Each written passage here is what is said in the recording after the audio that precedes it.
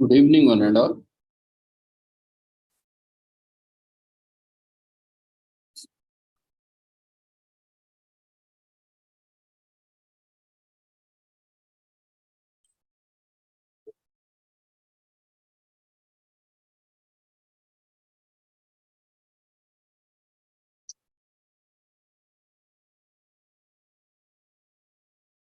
Good evening, one and all.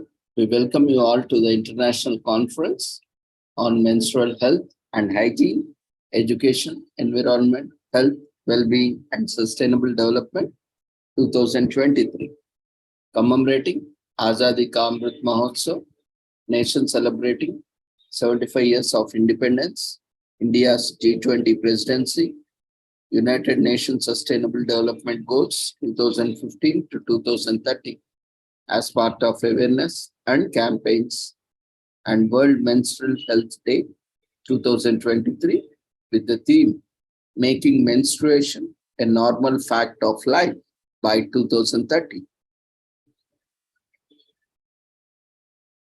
In collaboration with Sri Holistic Health Foundation India and Sri Research Institute and Center for Art, Sciences and Wellbeing. Before we start our sessions, let's take the blessings of Almighty.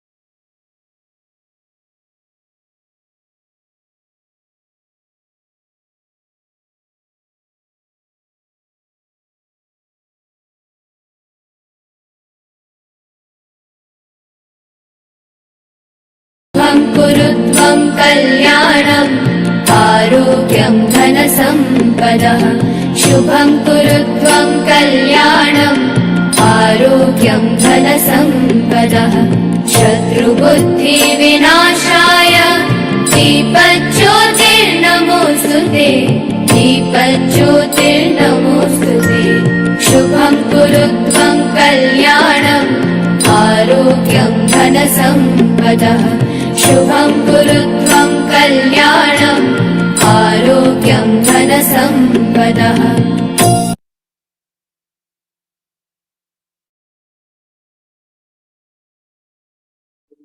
With the blessings of Almighty, we shall continue with today's sessions.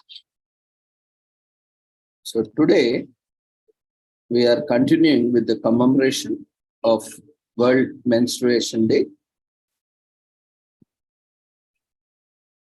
So let's look at a few other facts about World Menstruation Day and its importance. So let's all start the conversation about menstruation. Half of the world menstruates, as we have seen earlier and discussed earlier, that half of the world consists of female population. So half of the world menstruates. Now, that's why it's important. That's why let's start the conversation about the menstruation. And menstrual hygiene is fundamental to education, economy, health, environment, and human rights. We have also seen how they are related, as UNESCO estimates that 1 in 10 African adolescent girls miss school during menses and eventually drop out. So it affects education. In Bangladesh, garment workers miss work for an average of 6 unpaid days per month due to vaginal infections. So it is affecting the economy. Poor menstrual hygiene not only affects physical health, but also social and mental well-being. So it is affecting the health, in fact, the holistic health. And the average North American woman will use and throw away about 13,000 tampons and pads in her lifetime. So it causes a serious threat to the environment, affecting the environment. And a lack of adequate mental hygiene management denies women and girls their right to education, right to health, and right to work in favorable conditions. So it is also affecting the human rights. Thus, mental hygiene is fundamental to education, economy, health, environment, and human rights, and much more.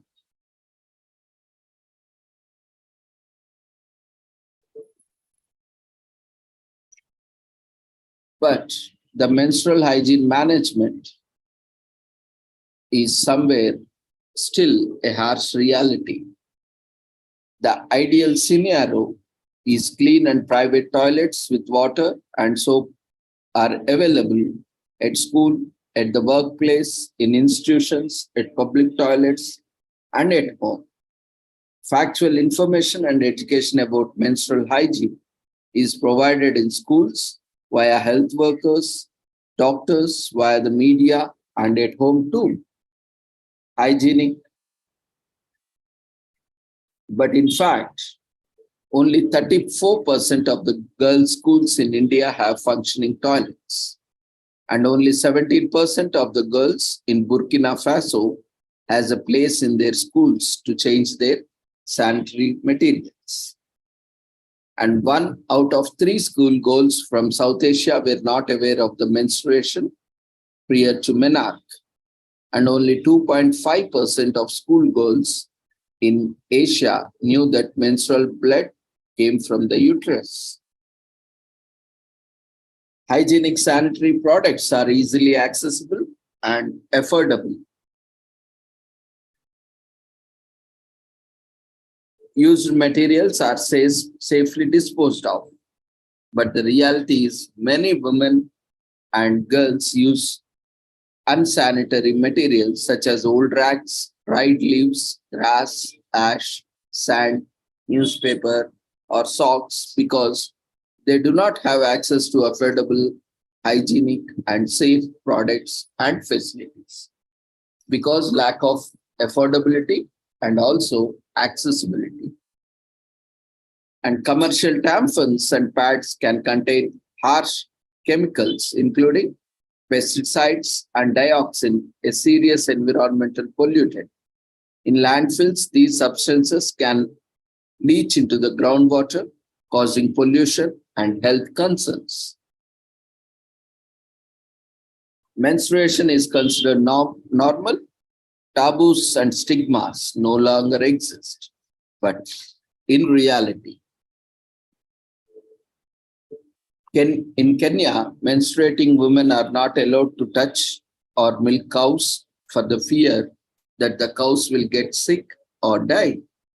In some parts of the Bangladesh, girls are confined indoors upon their first menstruation. In parts of Nepal, this happens every time a woman or girl menstruates. So what we can do? Break the silence at home or work or at school. Support the women and girls in your life.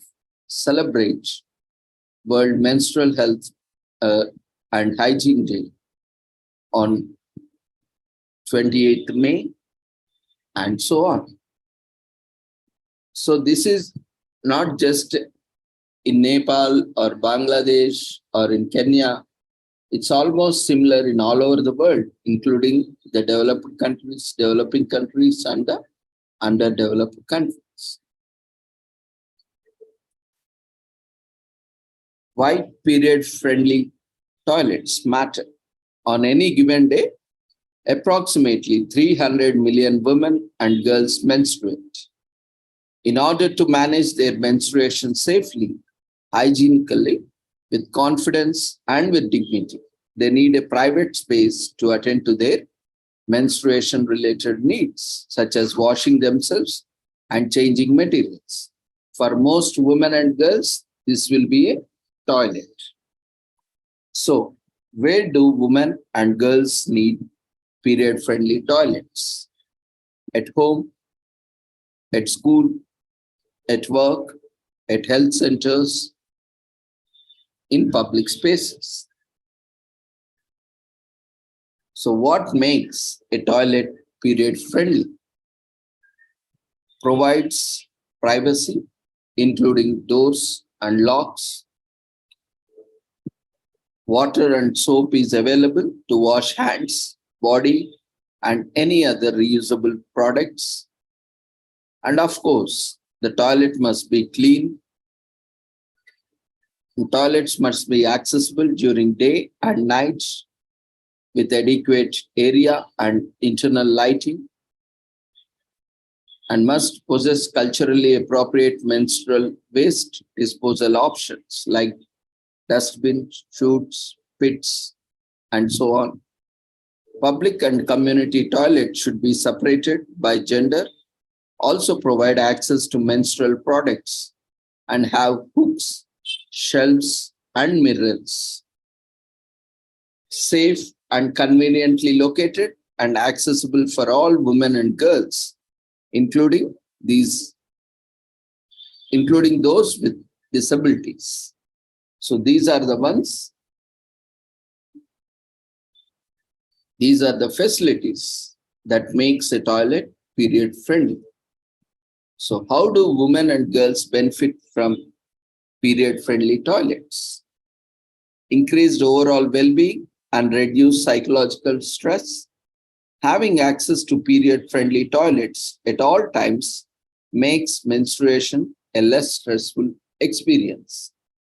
Increased ability to carry on with daily educational income, earning, and social activities. Period friendly toilets are critical to ensure that girls don't miss school and women can go to work during their periods.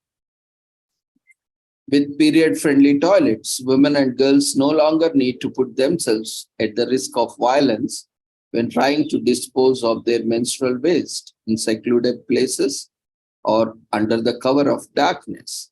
So, increase safety.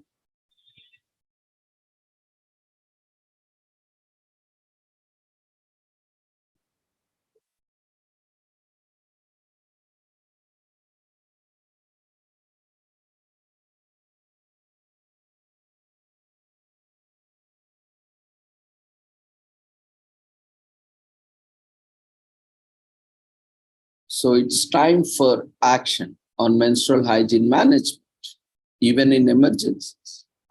Globally, 80 million people are displaced by wars, conflicts, and disasters. Approximately 1 out of 4 of these people are women and adolescent girls of reproductive age who need to manage their menstruation because periods don't stop for pandemics or crises.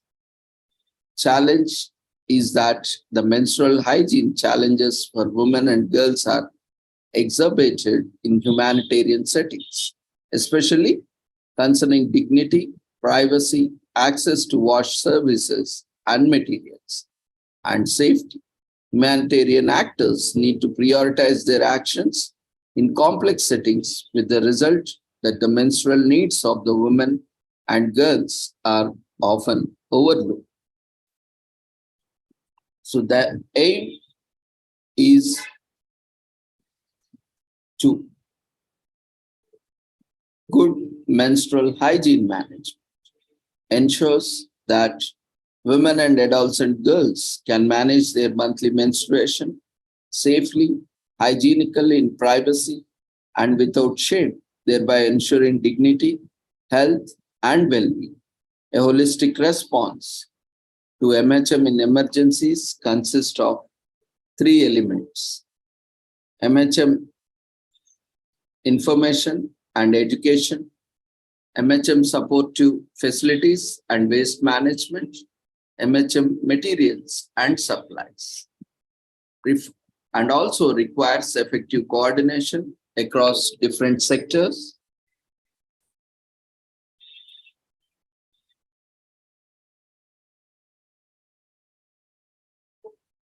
like education, protection, including gender-based violence and child protection, health, including sexual and reproductive health, shelter camp coordination, camp management. Emergencies are underfunded. We see often these rehabilitation camps and refugee camps, and even at the time of disasters or emergencies, we have seen in 2020, the humanitarian appeal has a funding gap of at least $20 billion, which increased due to COVID-19 pandemic. As a result, the menstrual hygiene needs of the women and girls are often not adequately addressed. So we need to step up action and invest in menstrual health and hygiene, even in emergencies now.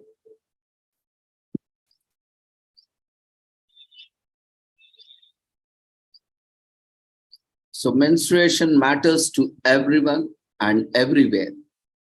So all the women and girls should be able to manage their menstruation hygienically, safely, in privacy, with dignity. Good menstrual hygiene management requires the following, which is education,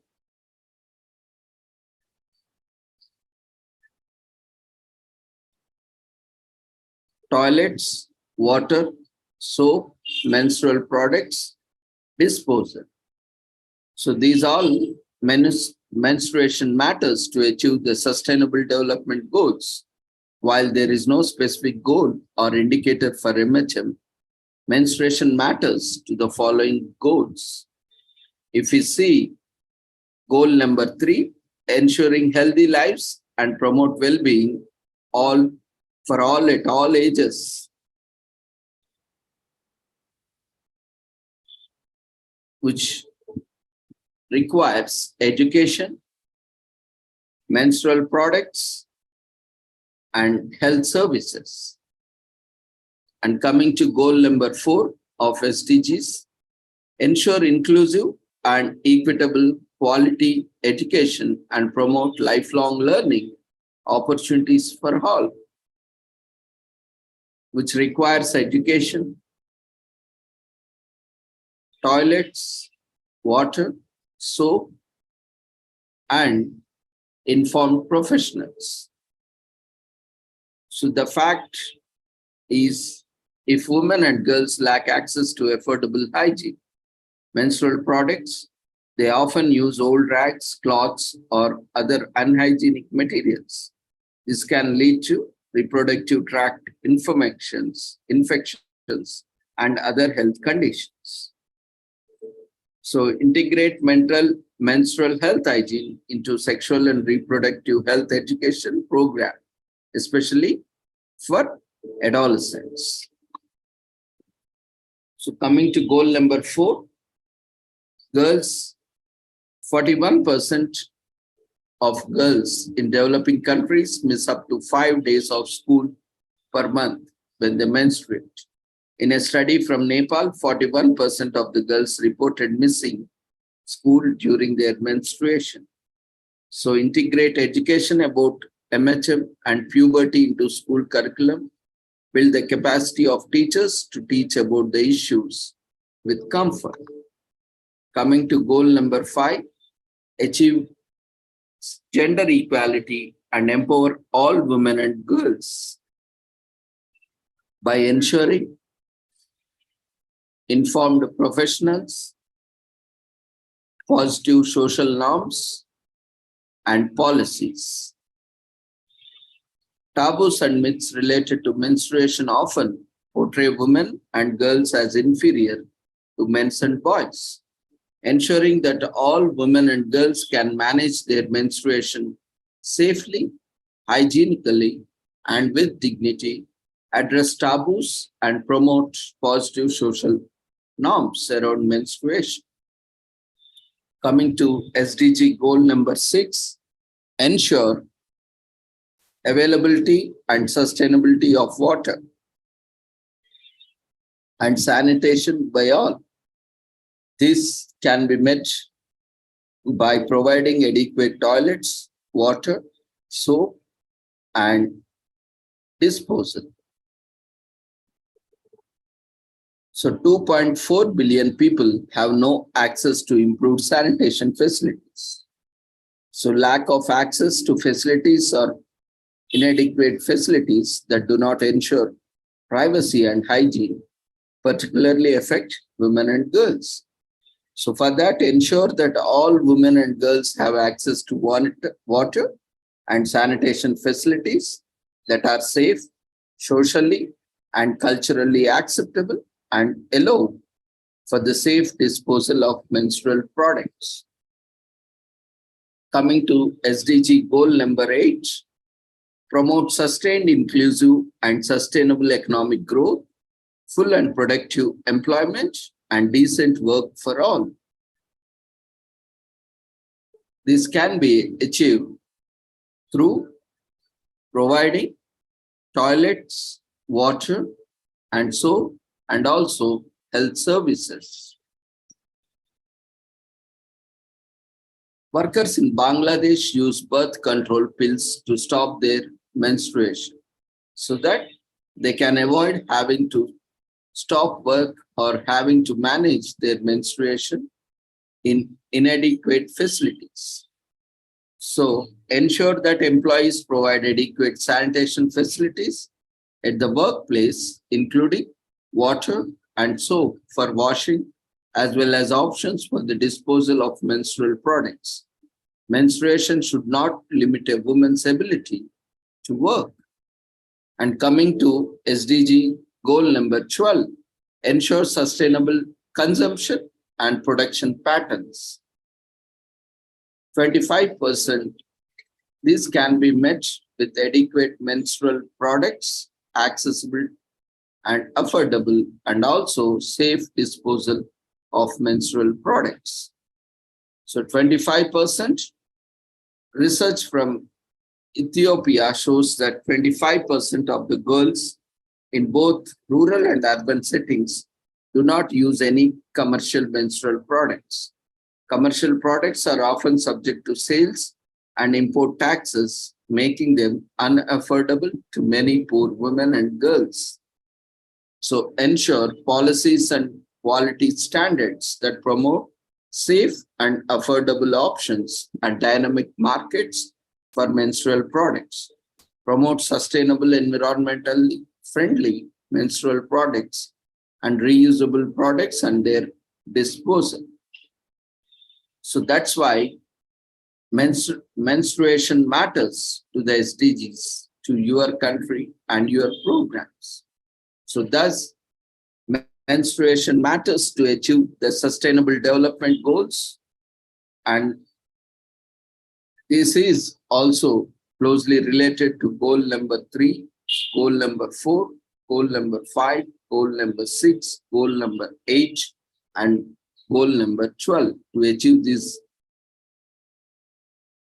6 sustainable development goals, menstruation hygiene management needs to be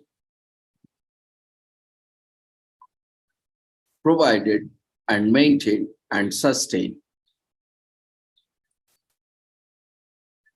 Education about menstruation changes everything.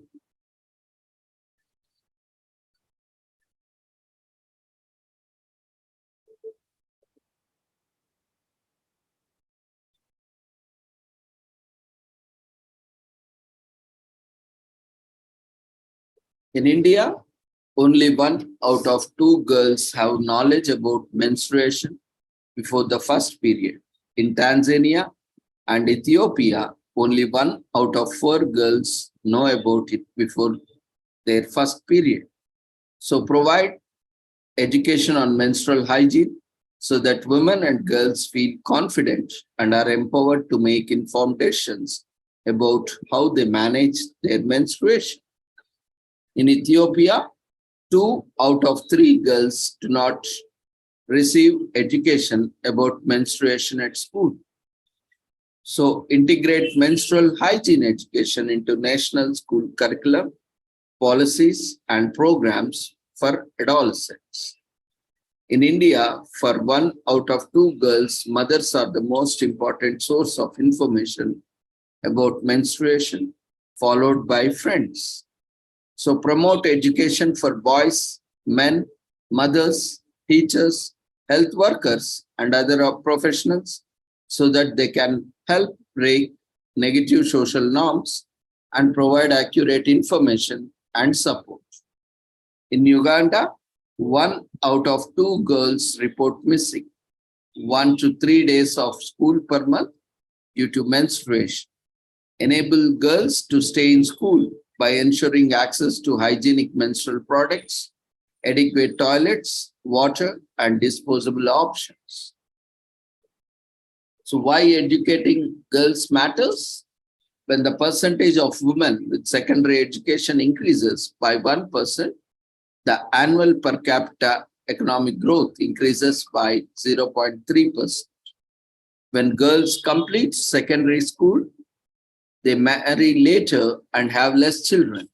They also have better maternal health and their children are healthier and better educated. And 1 additional year in school can increase a woman's lifetime earnings by 10 to 20%.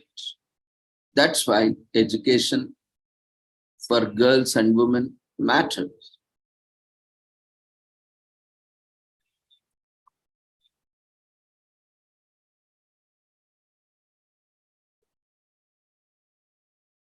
And finally,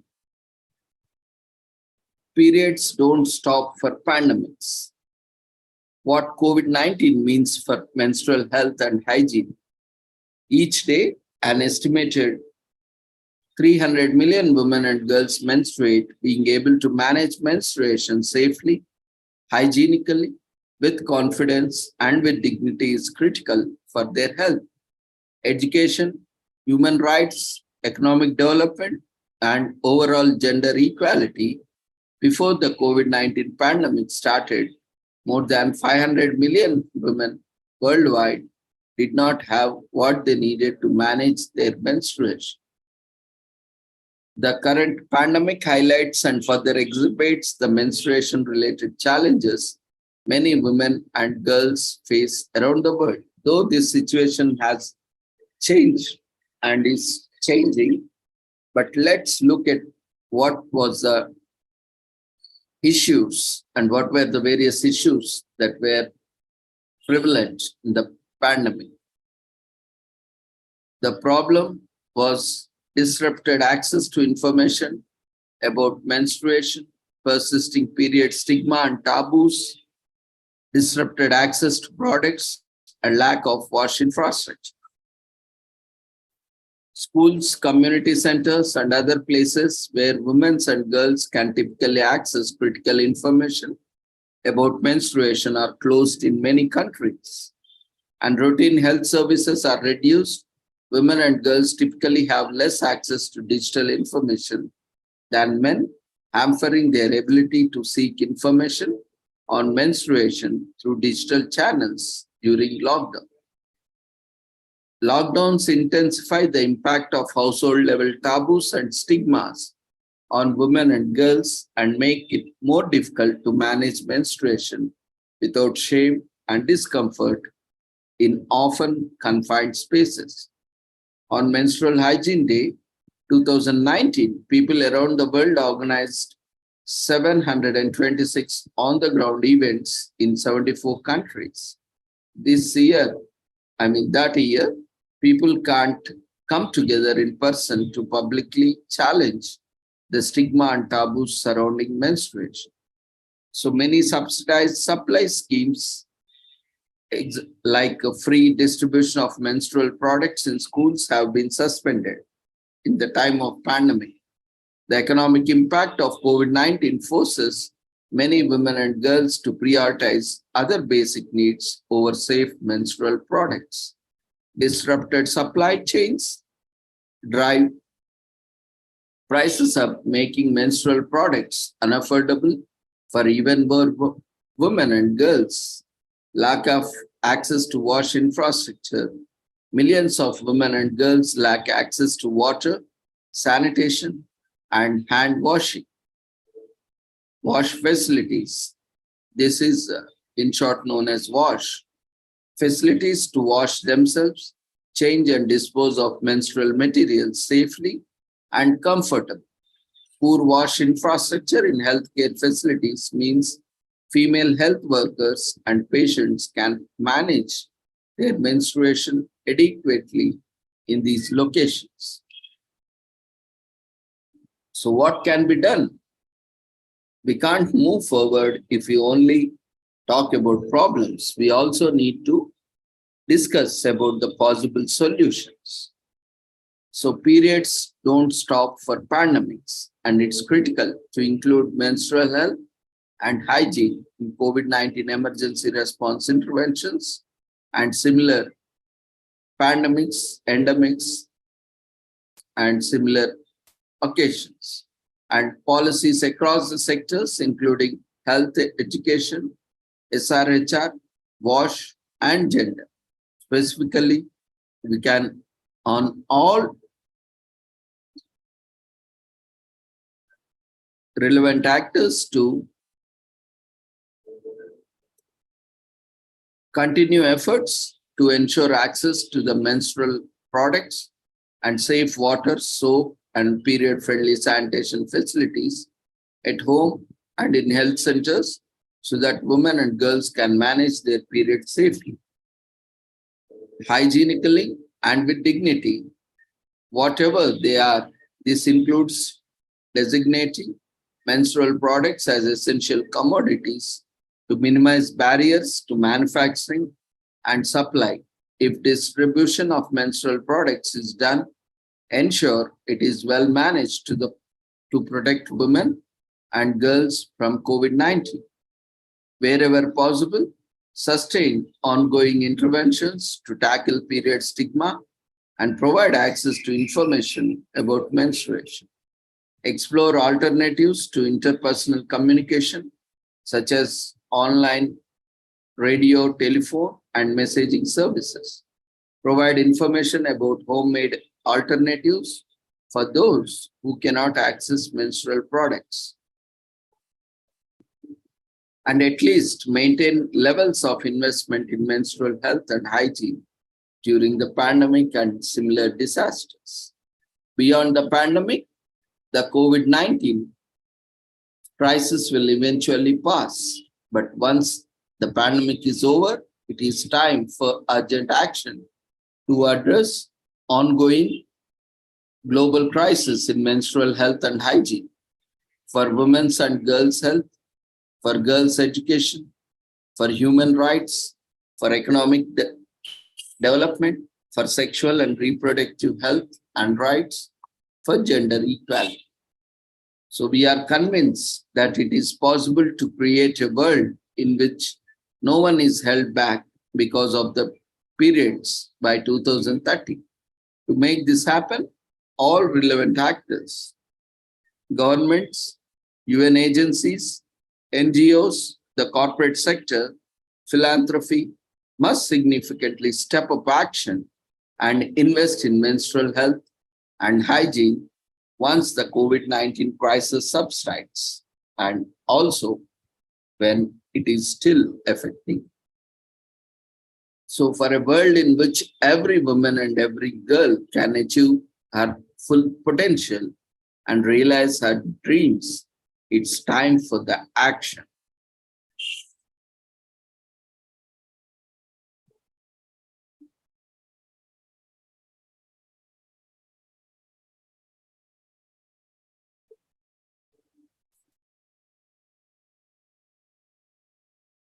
So finally, when we talk or look at the Sustainable Development Goals, as we discussed, good menstrual health and hygiene is critical to achieve a range of Sustainable Development Goals, including SDGs 3, 4, 5, 6, 8, and 12. Progress towards education about menstruation for all. Since 2014, there has been a step increase in the number of governments, NGOs, United Nations agencies, and the corporates working on education about menstruation. The 2019 Action for MH Education survey alone captured 310 organizations working on MH education in 134 countries. Organizations working on MHF education are stepping up in the action. In 2019, example, Indian product brand Whisper committed to provide 50 million girls with education about menstruation within 3 years. As of 2020, 36 countries apply a reduced tax rate or tax exemption to menstrual products. More and more countries, including Australia, France, India, Kenya, Nepal, New Zealand, Scotland, South Africa, and the UK are providing free period products in schools and public institutions. So progress towards period poverty.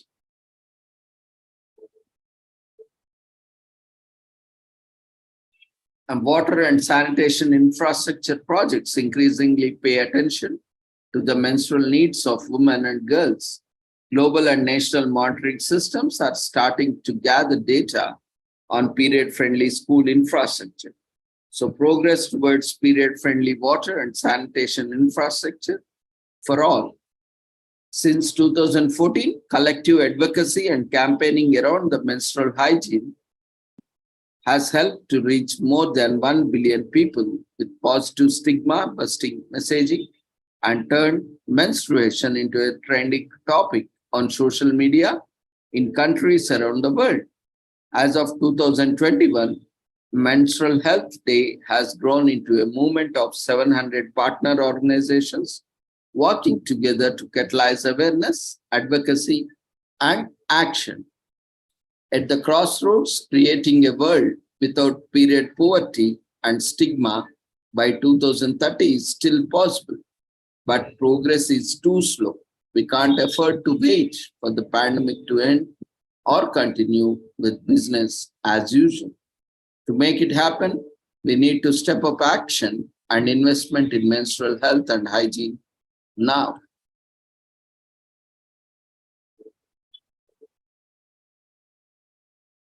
So with this, we shall conclude these commemorations and this topic. And now the platform is open for the discussion.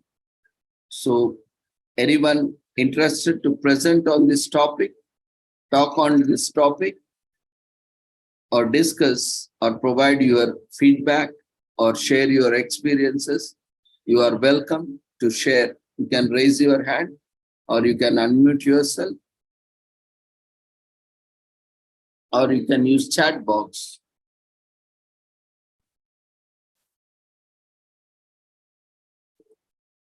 This is an open platform.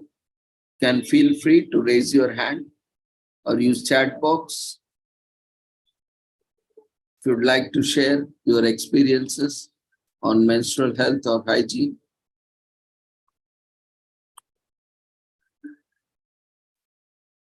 feel free, because this is a platform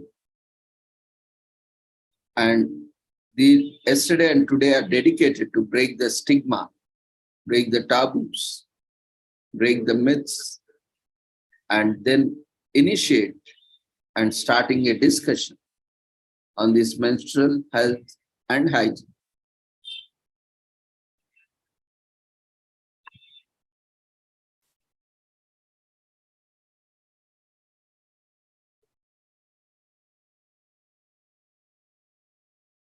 We request everyone to quickly attend to the feedback form for session 1.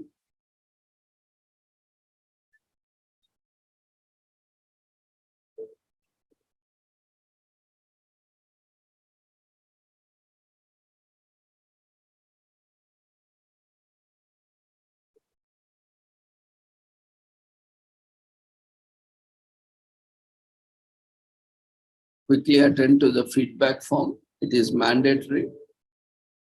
Those who are filling up the feedback form, they will be sent an email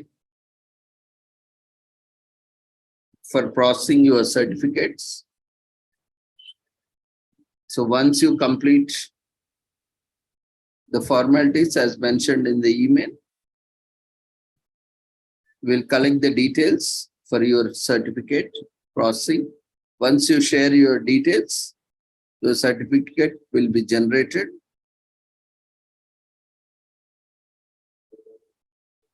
And a link will be available on the website to download your certificate. So it is mandatory. Everyone quickly fill up the feedback form and stay for the discussion. So we request everyone to feel free to share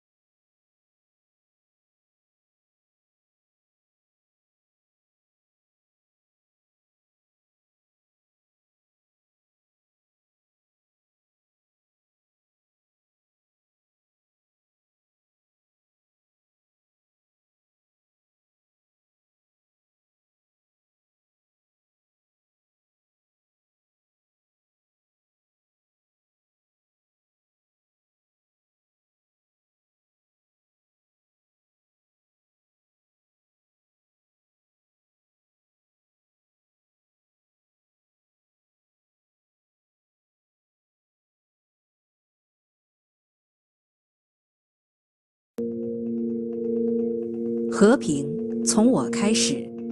今天，数以百万计的人正在遭受冲突带来的巨大伤害，他们的生活被死亡、破坏和流离失所摧毁。75年来，联合国维和人员致力于在世界上最脆弱的政治和安全局势中拯救无数人的生命，改变他们的生活，帮助各国从战争走向和平与进步。1948年，联合国向中东地区部署了第一个维和特派团。从那时起，联合国停战监督组织的军事官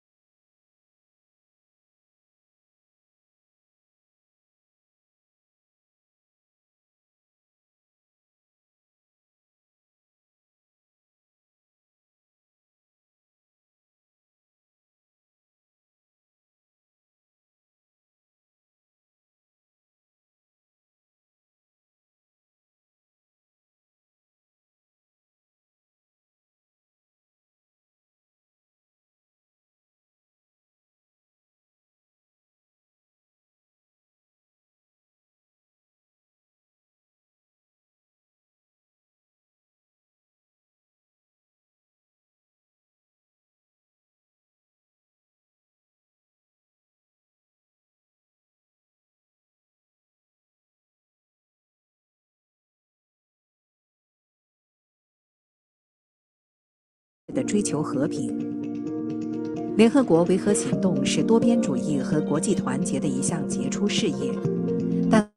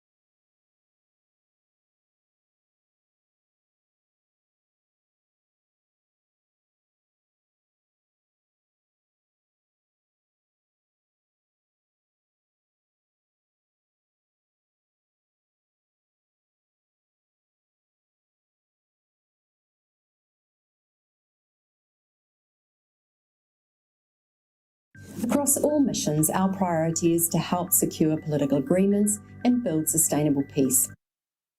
That is the true measure of our success.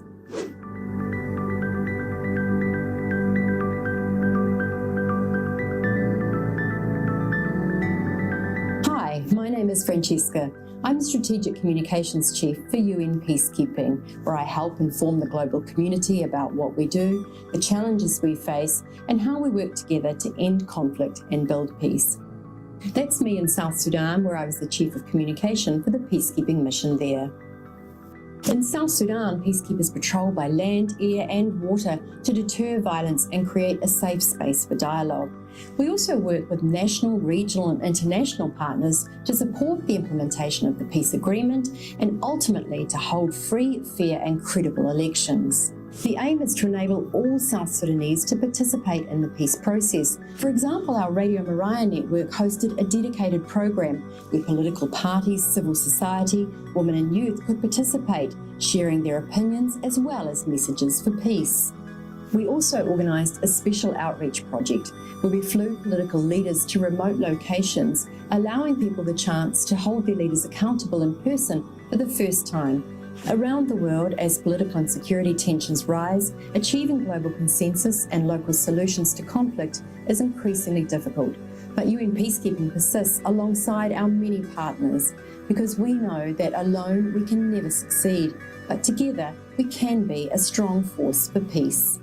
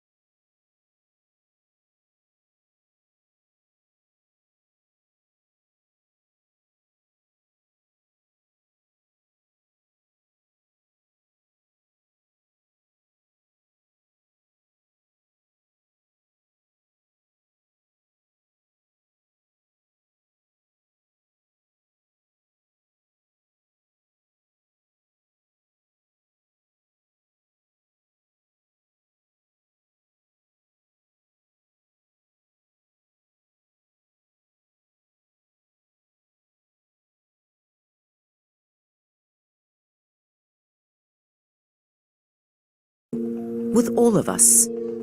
Today, millions of people are suffering immense harm from conflict. Their lives torn apart by death, destruction, and displacement.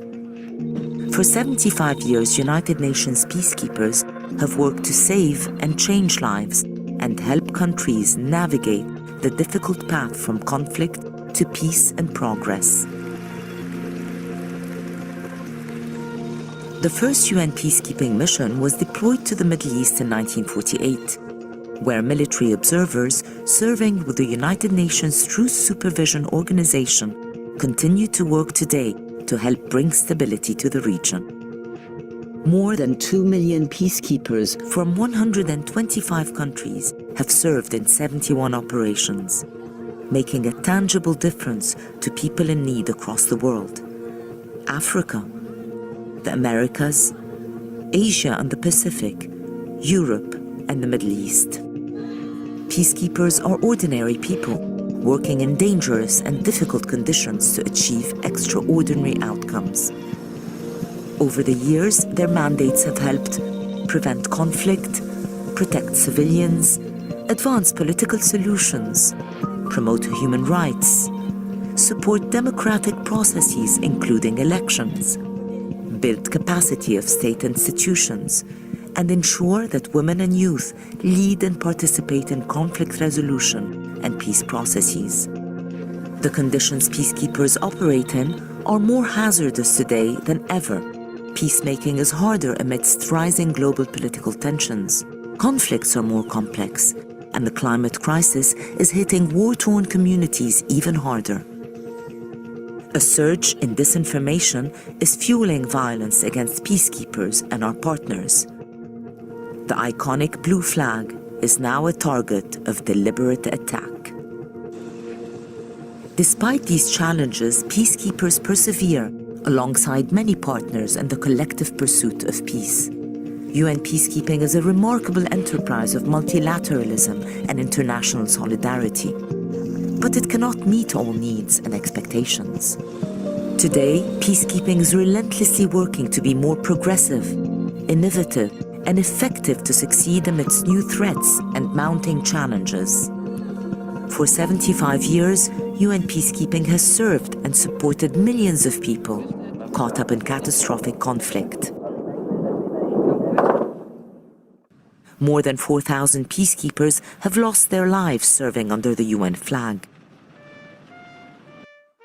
Their legacy and the courage and commitment of the 87,000 peacekeepers serving today inspires us and reminds us to take action, because peace begins with me, you, and all of us.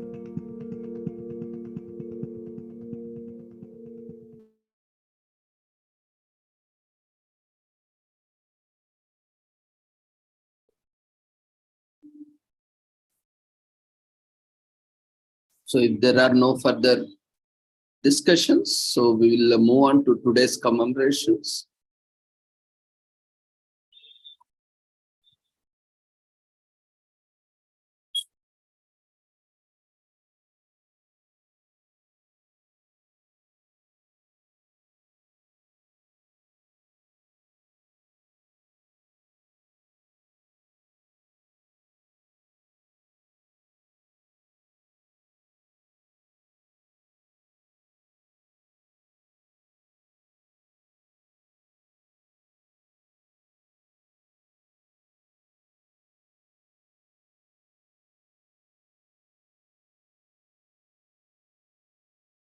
As we have seen, even in the menstrual hygiene management,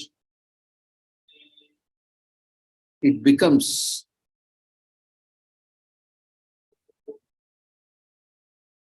difficult to manage menstrual hygiene management in refugee camps and rehabilitation camps, and even at the time of wars and armed conflicts and military conflicts. So this day is also commemorated as International Day of UN Peacekeepers. And this year, the United Nations celebrates 75 years of peacekeeping under the theme, Peace Begins with Me. United Nations peacekeepers are the beating heart of the commitment to a more peaceful world. For 75 years, they have supported people and communities rocked by conflict and upheaval across the globe. For 75 years, United Nations peacekeepers have worked to save and change lives in the world's most fragile political and security situations. Since 1948, more than 2 million uninformed and civilian personnel have helped countries to transition from war to peace. Working alongside with the local communities, peacekeepers help advance political solutions, prevent conflict, protect civilians, strengthen human rights and the rule of law, and build sustainable peace. The challenges faced by peacekeepers are greater than ever, with rising global tensions and more complex conflict and a proliferation of misinformation and disinformation, which impedes their work and threatens their safety. Despite these obstacles, peacemakers persevere alongside with partners in collective pursuit of peace. The theme of the 75th anniversary, Peace Begins With Me, recognizes the services and sacrifice of peacemakers, past and present, including more than 4,200 who have given their lives under the UN flag. It also pays tribute to the resilience of the communities that we serve, who continue to strive for peace despite many obstacles. So this campaign today also calls on each of us to join the global movement for peace. Alone, we can never succeed, but together we can be a strong force for change. So to mark the occasion at the United Nations headquarters in New York on 25th May, the UN Secretary General has laid a wreath in honor of all peacekeepers who have lost their lives over past 75 years.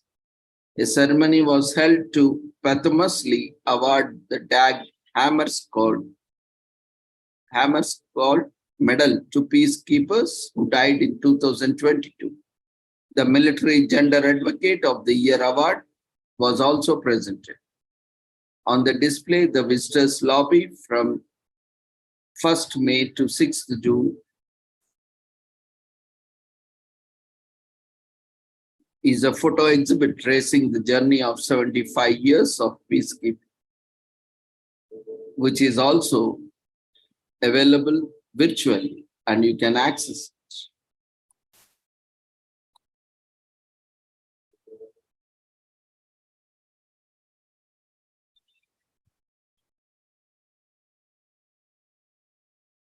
So UN peacekeeping helps countries navigate difficult paths from conflict to peace. They have unique strengths, including legitimacy, burden sharing, and ability to deploy troops and police from around the world, integrating them with civilian peacekeepers to address a range of mandates set by the UN Security Council and General Assembly. To save succeeding generations from the scourge of war are among the first very words of the UN Charter in its preamble, that those words were the main motivation for creating the United Nations, whose founders have lived through the devastation of 2 world wars by 1945. Since the UN's creation on October 1945, the date its charter came into force, the United Nations has often been called upon to prevent disputes from escalating into war or to help restore peace following the outbreak of armed conflict and to promote lasting peace in societies emerging from wars.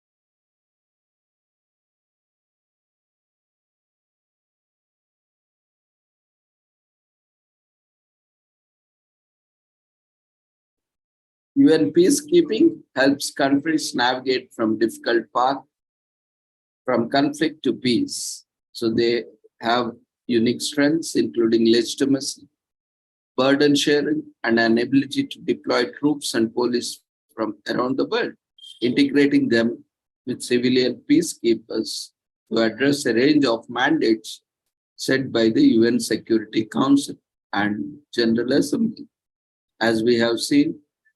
And there are, by 2028, they aim to triple the number of women serving in military contingents and double the number of women serving in formed police units.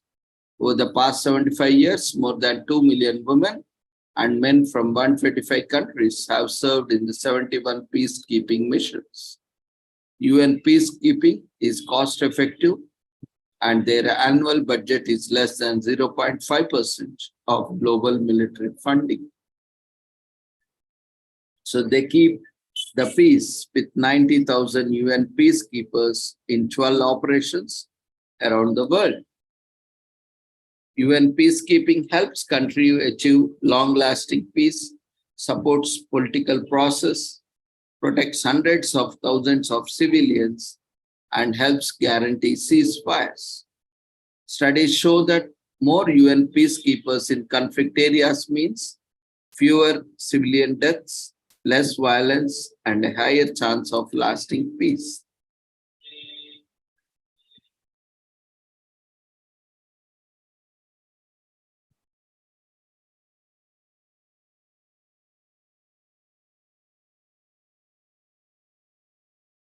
Peacekeepers serving under the UN flag work in difficult and dangerous environments, risking their lives to protect some of the world's most vulnerable people.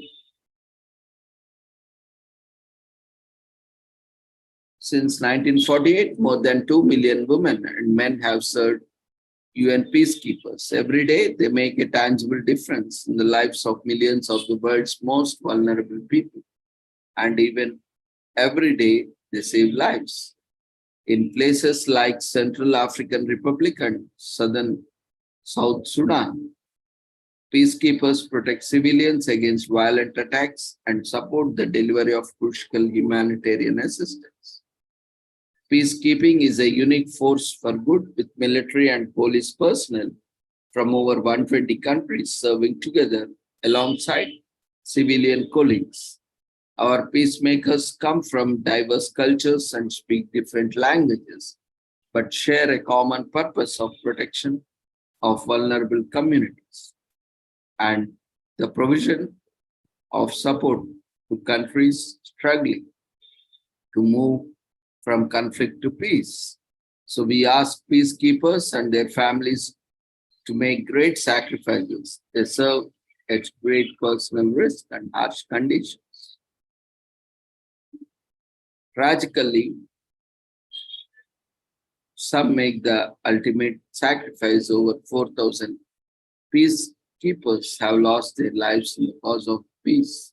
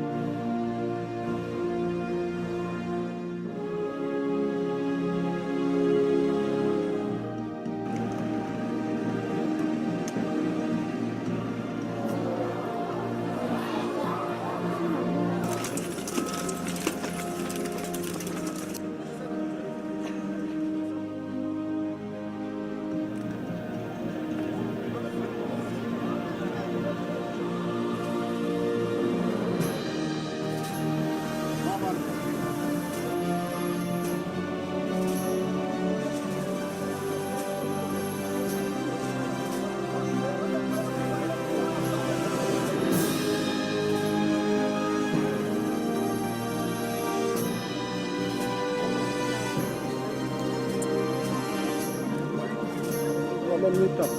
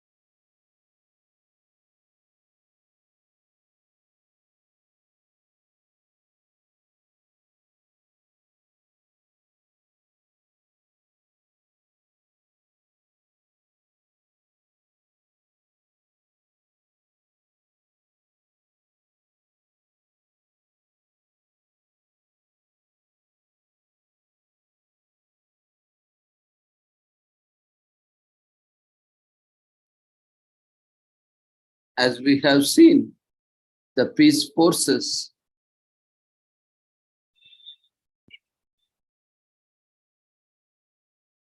the military and police contributors come from nations large and small, rich and poor. They bring different cultures and experience to the job, but they are united in their determination to foster peace.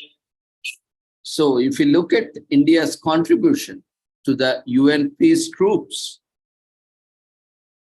India has contributed as of 31st March 2023 in mission UN MISS, total 2,322 troops have participated. In the mission MOA USCO, 1,792 troops participated. And in the mission UNI FIL, 875 troops have participated. And in mission UNI SFA, 570 troops have participated. In mission UNDOF, 188 troops have participated. In mission UNTSO, 3 experts are on the mission. And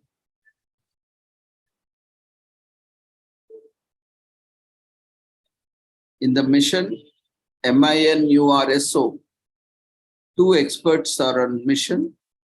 And in the mission MINUSCA, 2 staff officers on mission. In mission UNFICYP, 1 staff officer is on mission. And UNSOM mission, 1 expert is on mission. This is what we have. India has contributed to various United Nations missions through its experts, troops, and police contributors.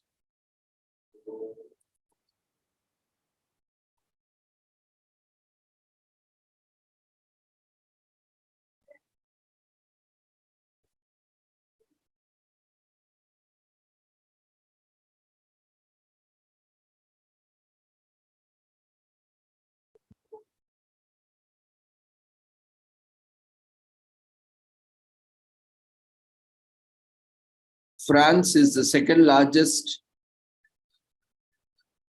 provider of troops among the 5 permanent members of the Security Council, and France make major contributions.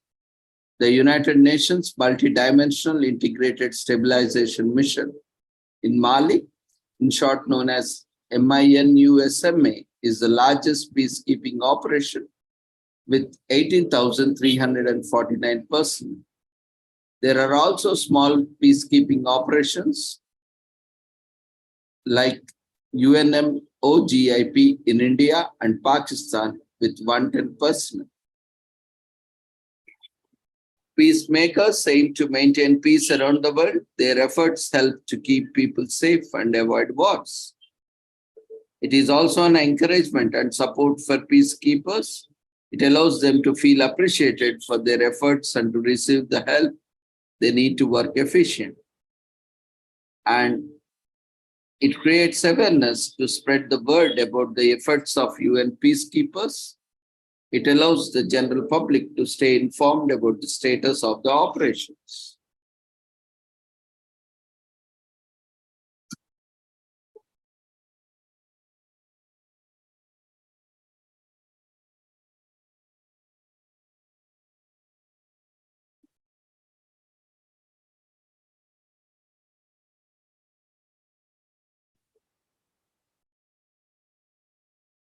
Today is also commemorated as Mount Everest Day.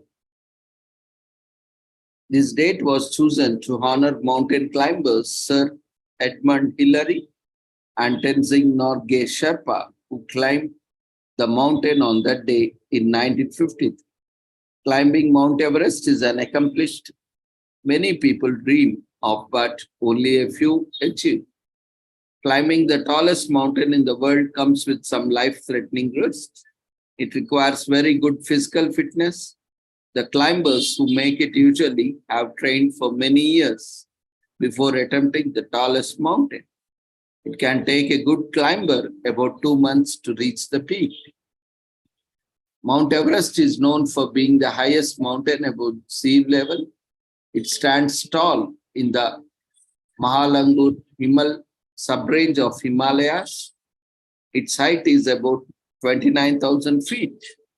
Many climbers are attracted to the mountain, including highly experienced mountaineers. There are 2 routes to climb the mountain. The first is the standard route, which approaches the summit from the southeast in Nepal.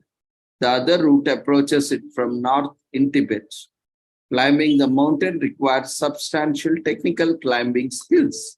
It also comes with significant risks such as altitude sickness, weather, wind, and hazards from avalanches and the Khumbu icefall. Some mountaineers have attempted the climb and have not made it back.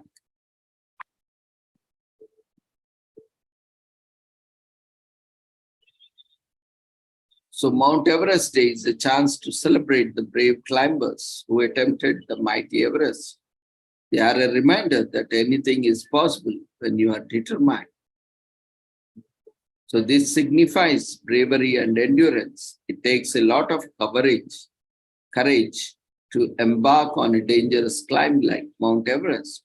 People all over the world can be inspired to take more chances and go after their dreams. It shows people that they can face any challenges they may be facing in their lives. It also raises awareness about the natural wonder. This eventually leads to support that.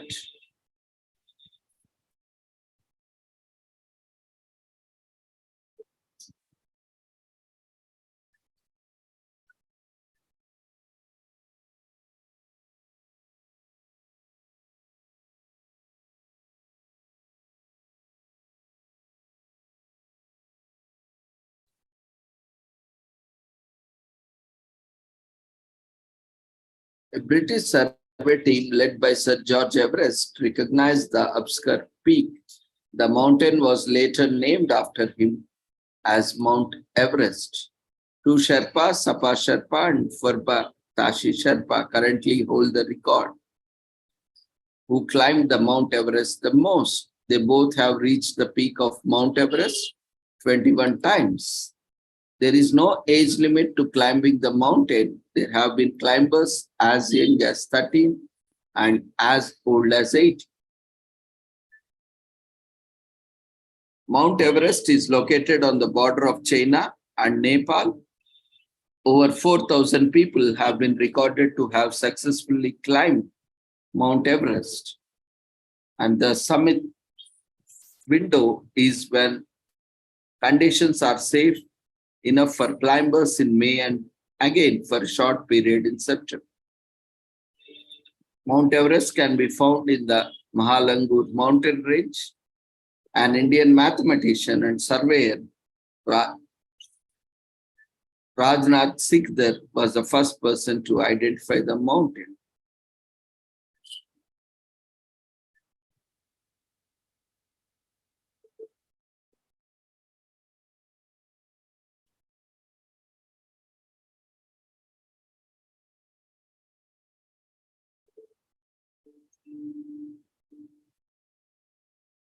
The environment leads to preservation of natural resources, creating interest in the mountain, helps make it sure it is safe for future generations to enjoy.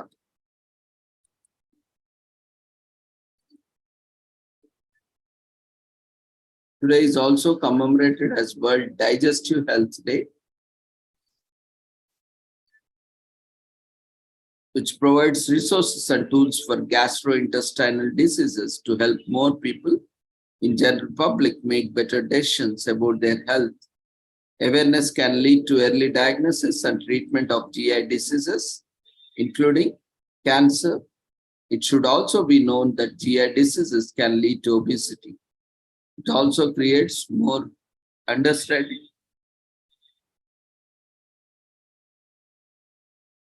and better support for patients experiencing digestive diseases when their issues and conditions are better understood by general public.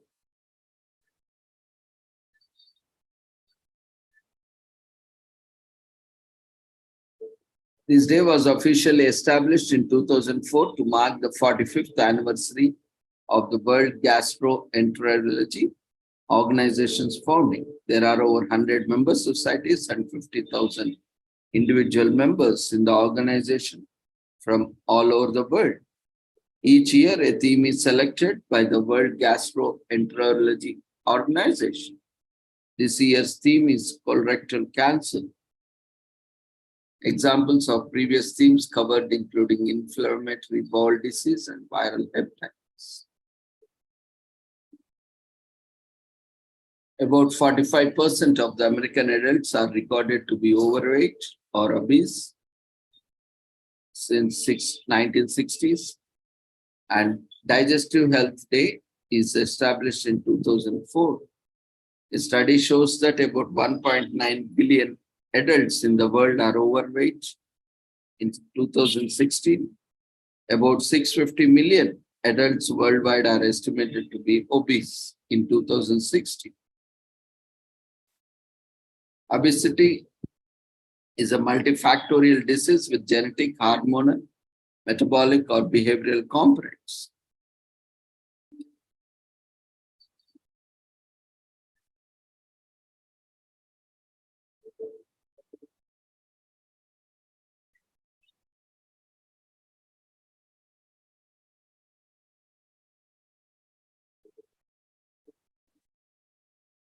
Obesity can lead to severe and even fatal diseases, including cancer, heart disease, type 2 diabetes, and gynecological sexual problems.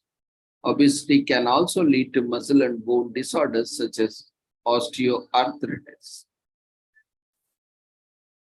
The rate of obesity has almost tripled between 1975 and 2016 worldwide and is on the rise. In 2019, about 38 million of children were overweight or obese.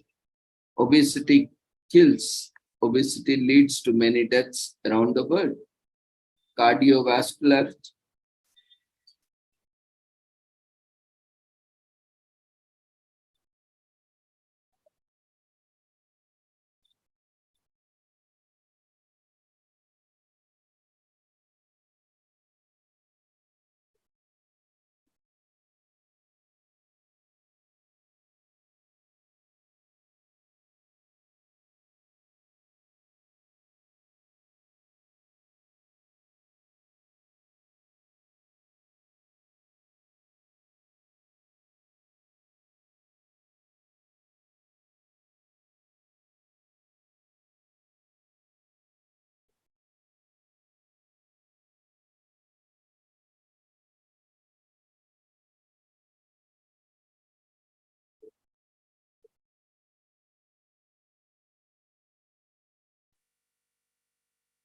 Today is also commemorated as National Alligator Day and National Snail Day. In US,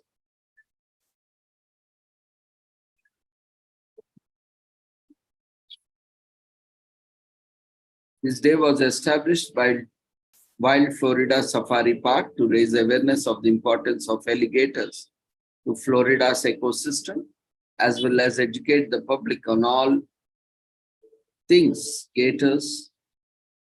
Alligators are one of the largest, most ferocious types of lizards. They have been in existence for 35 million years, and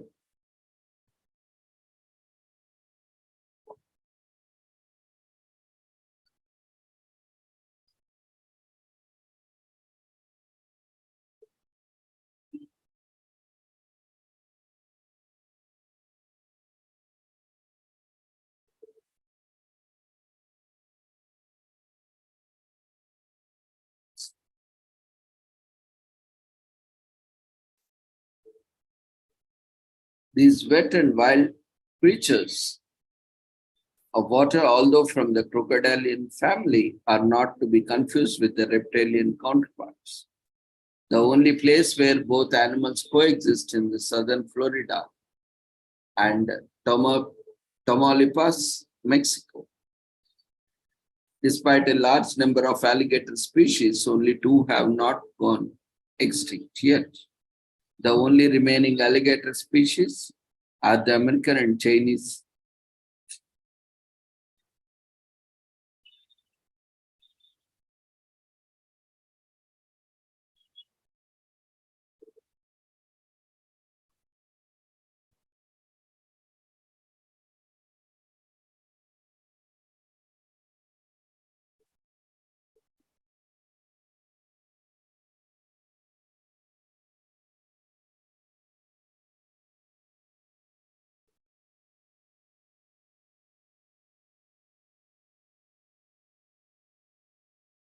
Alligators typically continue to grow throughout their lifetime, with the average size male alligator growing up to 14 feet. However, this is a standard measurement. Some alligators get even longer, with the largest ever recorded being 19.2 feet in Luzon. Chinese alligators are usually smaller in size, growing up to 7 feet high.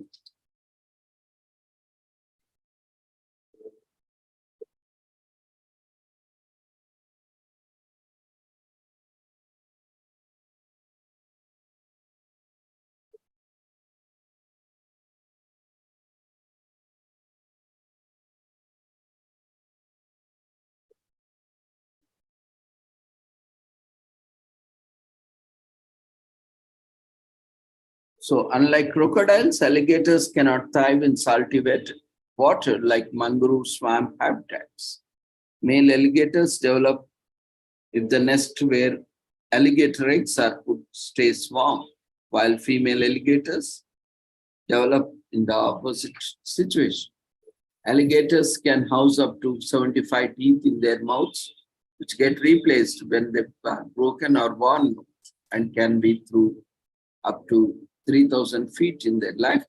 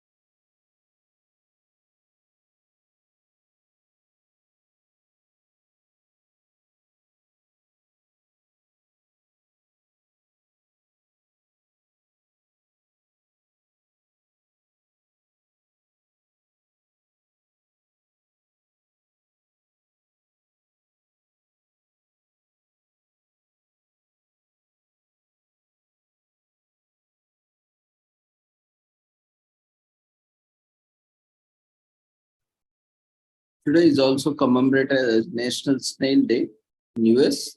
It's an opportunity to appreciate snails and the benefits these diminutive creatures have to offer. Snails are slow, small animals that cause very little harm. They are an important part of the ecosystem. They are known to be one of the earliest animals to roam on the earth. Fossil discoveries have been used to date primitive gastropods back the late Cambrian period. This evidence means that the snails have been around for 500 million years. On average, they move about 0.5 and 0.7 inches per second. Many places in the UK appreciate the creature where long people organize snail races. They enjoy the irony and the fun of watching and waiting for the famous slowly animals to reach the finish line. Snails create silvery mucus that leaves a trail behind them while they move. Land snails do not have the ability to hear and use the eyes and olfactory organs to navigate their environment. Their sense of smell helps them find food and making their most important sensory tool. Snails are gastropod mollusks distinguished by their most striking physical feature, a spiral shell. Situated on the backs, the hard structure composed of calcium carbonate protects their soft bodies and internal organs and keeps growing as they mature. Snails are most active at the night and usually come out very early in the morning. They tend to avoid moving too much on the ground when the sun is out. Snails have interesting biological features. Though some species have sex differentiation, most are hermaphrodites, which means that each snail has a male and female reproductive organs. However, they mate like other animals with a partner. After mating, the snail lay eggs. The baby snails hatch from the eggs, and this is when they are most vulnerable. At this time, they are basically defenseless against predators like birds, turtles, and beetles.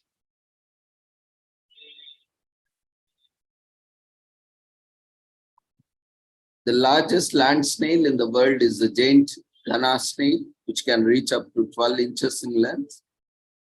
Land snails secrete mucus to help them move more easily. The mucus reduces the friction against the ground. Snails need a healthy diet that is rich in calcium so that their shell can be thick and healthy. Snails enjoy a wide variety of vegetables in their diet. The biggest land snail is referred to the giant African snail. Snails are also known to retreat into their shells in order to protect themselves when they feel threatened. Snails hatch from eggs. They can eat the shells of the eggs when they hatch. North America alone is reported to have about 500 species of land snails. Escargot is a dish made with sails that is native to France.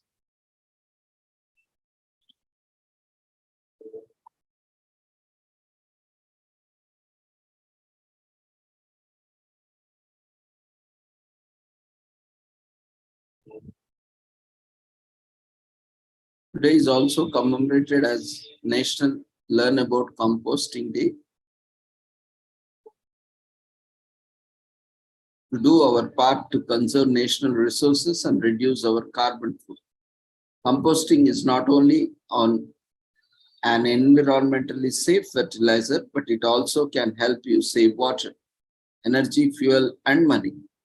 It also keeps toxins from getting into our runoff and groundwater through the use of chemical-based commercial fertilizers.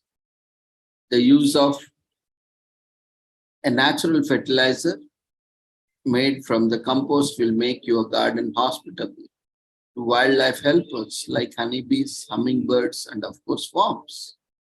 Compost is organic matter that has decomposed. In a garden, decomposition is a good thing. Compost can be made from kitchen scraps, lawn clippings, newspapers, leaves, wood chips, coffee grinds, almost any food product except for processed foods and meat or fish products. Composting saves resources because of its high nutrient content. It adds to the soil stability and reduces soil disease. It will help your garden grow lush and promote healthy growth in seedlings and plants. It's for all these reasons gardens call compost black gold. Composting allows you to accomplish the big environmental three: reduce, reuse, and recycle.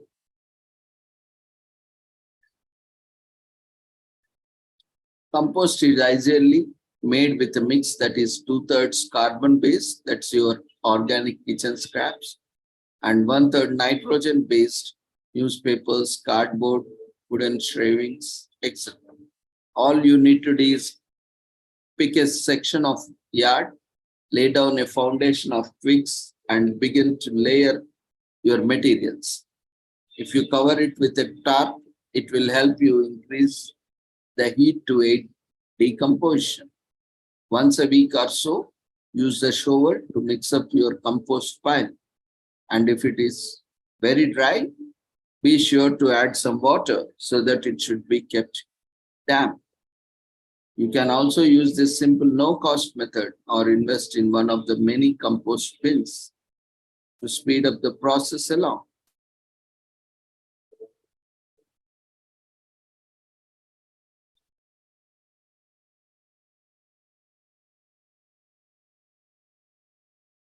So starting your own compost pile will cost you nothing but a little effort, space, and time. Figure out method you'd like to use to compost and take items you may have thrown out or recycled and use them to create your compost pile. Once you got the right mix of items, you only need to keep it slightly damp and turn it every once in a while, and the process of decomposition will do all the work for you. Be patient, and in few short weeks, you can have your own black gold made from your own household garbage. This is definitely a case of turning trash into treasure. By utilizing your household organic and paper trash, you reduce the amount of garbage going out to your landfill. When organic waste is put in trash can, the trash is driven to a disposal site where it can take years to decompose because it has been encased in a plastic bag. Using compost in your garden or on a farm also reduces the amount of dangerous commercial fertilizers used to encourage growth in crops and conserves water by improving the stability of the soil in which you have planted your fruits, vegetables, flowers, and shrubs. And there is a feeling of total satisfaction when you take something that you could have been put in the garbage and transform it into a usable substance. It's almost like magic. Also, the use of compost will increase the worm population. And if you have the children, you know worms are, in fact, fun to watch. They have wiggle in your palm, and you know the worms are doing work of aerating the soil and increasing the nutrients in the dirt. But your kids just think worms are cool.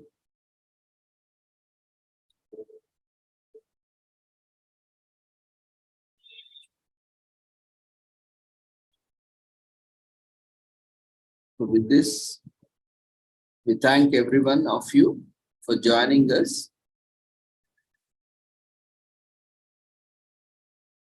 We request everyone to quickly fill up the feedback form.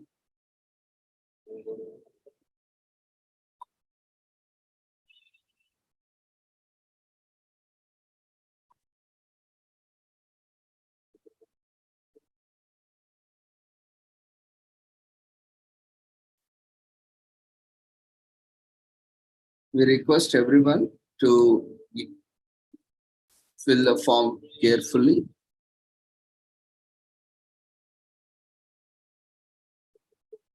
Based on the feedback, you will be receiving a mail in a couple of days with the instructions to download your certificate. So thank you everyone for joining this 2 days international conference on menstrual health and hygiene.